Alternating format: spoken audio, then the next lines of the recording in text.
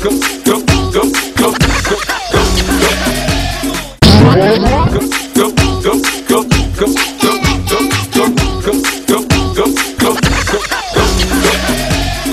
එකෙන් පස්සේ අපෝසරයක් C vibes එක තමයි ඔයගොල්ලෝ එකතු වෙලා ඉන්නේ. ඉතින් අපි ඉස්සෙල්ලා උදානිගේ ගොඩක් ලස්සන ගීතයක් ඇහුවා.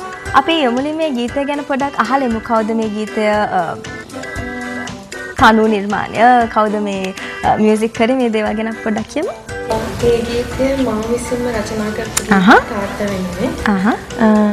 එතකොට ඒකේ සංගීත නිර්මාණය කරේ විශාරද සමානිෂාත මගේ ගුරු පියාණන් මුල් ගුරු පියාණන්. හොඳයි. දැන් මේ ගීතේ විශේෂත්වයක් තියෙන දිනක්ෂි. මොකද මේ ගීතය අඩංගු වෙන්නේ පවන් පොදක් කියන උදානියක්ගේ CD තැටිය.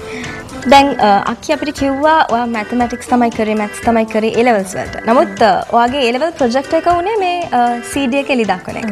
අපි ඒ ගැනත් පොඩ්ඩක් කතා කරමු. ඒ කියන්නේ මම ගණිතාංශයෙන් උසස් පෙළ අධ්‍යාපනය හැදෑරුවට මගේ විනෝදාංශයක් විදියට මං කරේ සංගීතය හදාරන එක. ඉතින් මට හිතුණා අනිත් අය විදිහටම ප්‍රොජෙක්ට් එක විදියට පොතක් වගේ දෙයක් හදන්න නැතුව මගේ හැකියාව එලි දක්වන විදිය දෙයක් කරන්න ඕනේ කියලා. ඉතින් ඒක නිසා මම සින්දු 5ක් අඩංගු සංයුක්ත තැටියක් කරා. ඒකට මට ගොඩක් උදව් වුණා අපේ අම්මා තාත්තා වගේම පාසලේ හැම කෙනෙක්ම.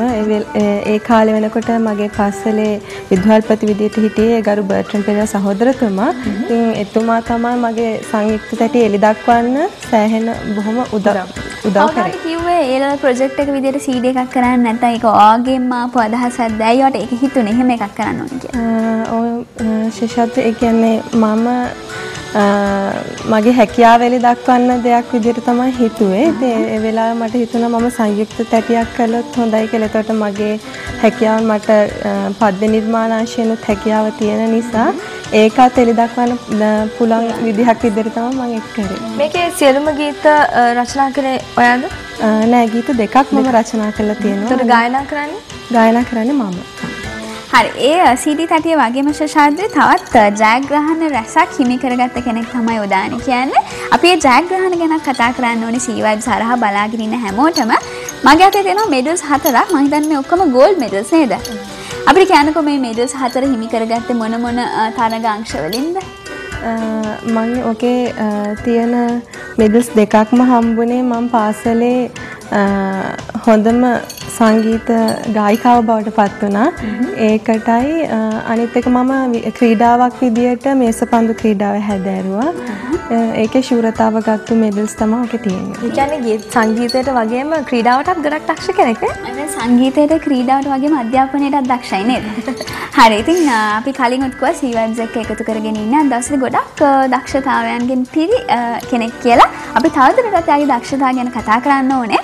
ගොඩක් සර්ටිෆිකට්ස් උත් තියෙන ඒ දේවල් ගැන අපි කතා කරන්න ඕනේ ශාස්ත්‍රී. හැබැයි ඊට කලින් මට තව පුංචි ආරංචියක් ආවා මේ උදානිට සිංහල ගීත වගේම ලස්සනට හින්දි ගීතත් ගායනා කරන්න දක්ෂතාවයක් තියෙනවා කියලා. ඉතින් අපි ලස්සන හින්දි ගීතයක් ඇහුවේ නැත්නම් වැඩක් නැහැ නේද? අවපේකෙන් නේද ශාස්ත්‍රී? ඒකෙන්ද දැන් අපි සූදානම් වෙන්නේ ලස්සන හින්දි ගීතයක පුංචි කොටසක් අහන්න උදානිගේ. අපි කියමු ඇයි මේ ගීතයක් දවසේදී කියන තෝරගත්තෙත් කියලා. ඔව් මම විද්‍යාපීඨයට ඇතුල් වුණාට පස්සේ අපේ තිබ්බ විද්‍යාපීඨේ ටැලන්ට් ෂෝ එකක්. ඉතින් ඒකට මම ඉදිරිපත් කළා මගේ ශාස්ත්‍රීය අංශයේ හින්දි ගීතයක්. ඒකෙන් මම ප්‍රථම ස්ථානය ලබා ගත්තා. ඒ ගීතෙන් කොටසක් තමයි දැන් ගායනා කරලා පෙන්නන්නේ. හරි. එහෙනම් ඉතින් අපි හැම කෙනෙක්ම එකතු කරගෙන ඒ ලස්සන ගීතෙන් කොටසක් අහමු.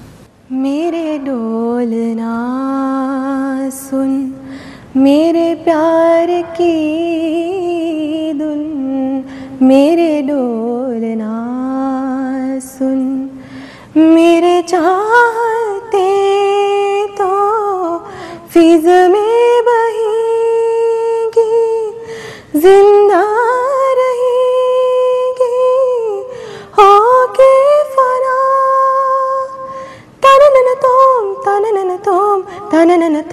तननन तोम तान देरे तेरे ना मेरे डोलना सुन मेरे प्यार की धुन मेरे डोलना साथी मार के भी तुझको चाहेगा दिल तुझे ही बेचैनियों में आएगा दिल, साथ तेरे मर के भी तुझको चाहेगा दिल,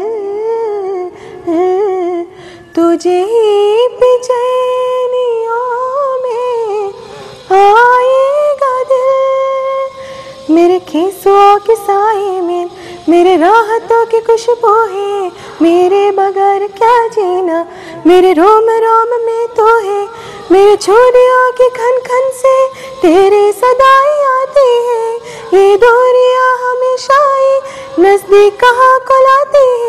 ओ पिया सा नी